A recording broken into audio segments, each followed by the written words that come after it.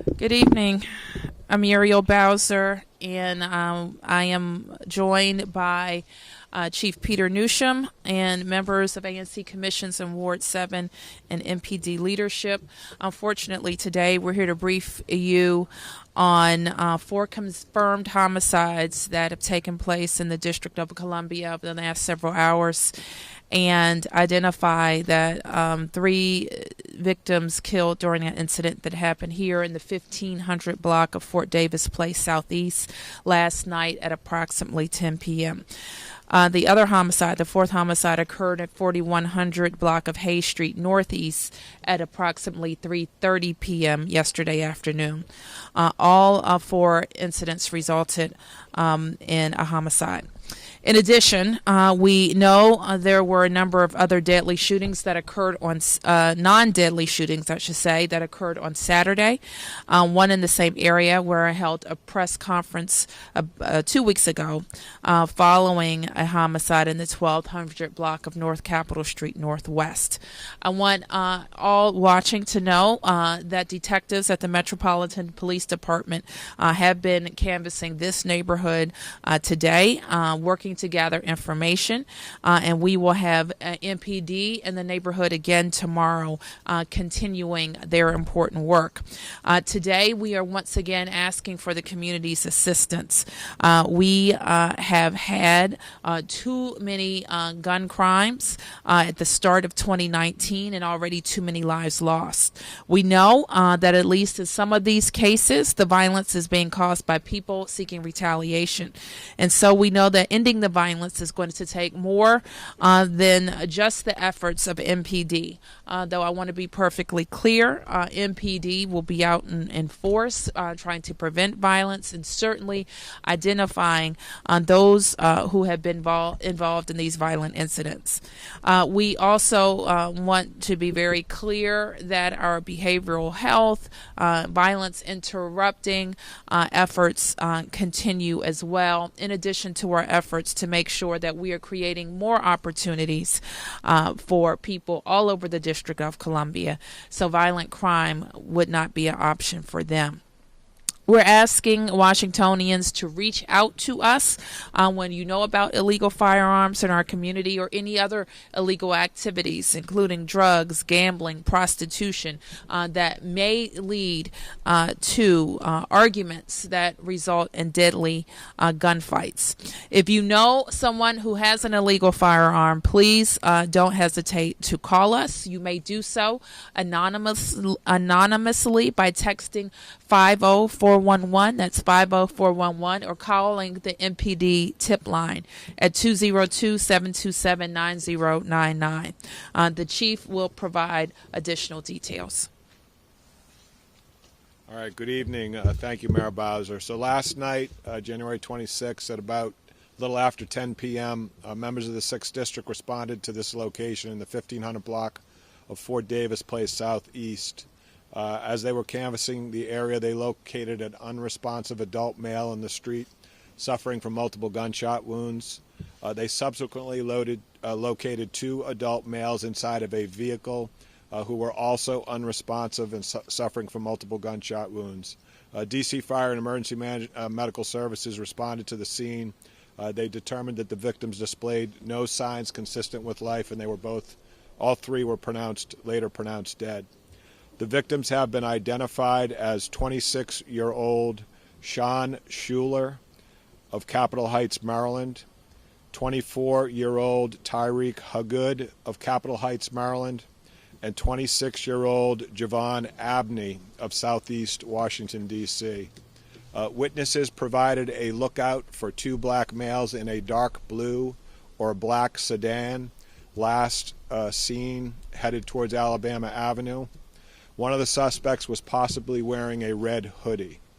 Another fatal shooting that the mayor mentioned at approximately 3:36 p.m. yesterday, members of the 6th District responded to the 4100 block of Hayes Street Northeast for the report of the sound of gunshots.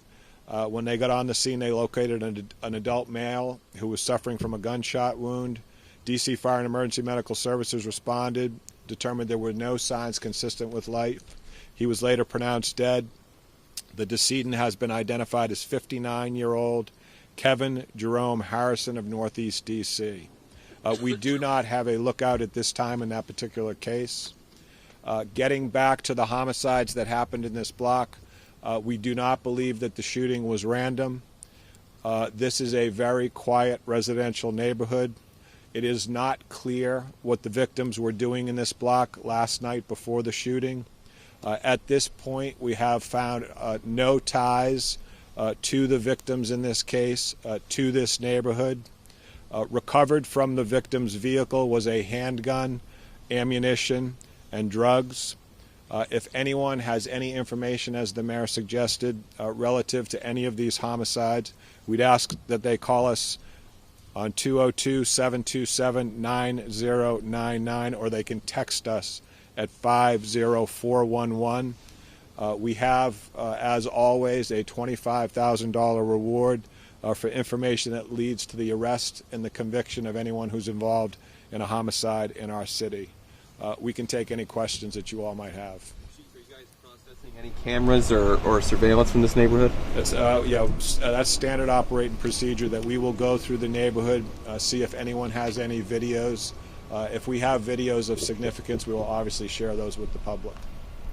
Are you doing anything differently to specifically combat these shootings? We are. We're doing a number of different things. We're working with some of our federal partners. We've increased our work in our task forces. We're continuing to recover the illegal firearms off the streets of the District of Columbia, and we are going to continue to do that.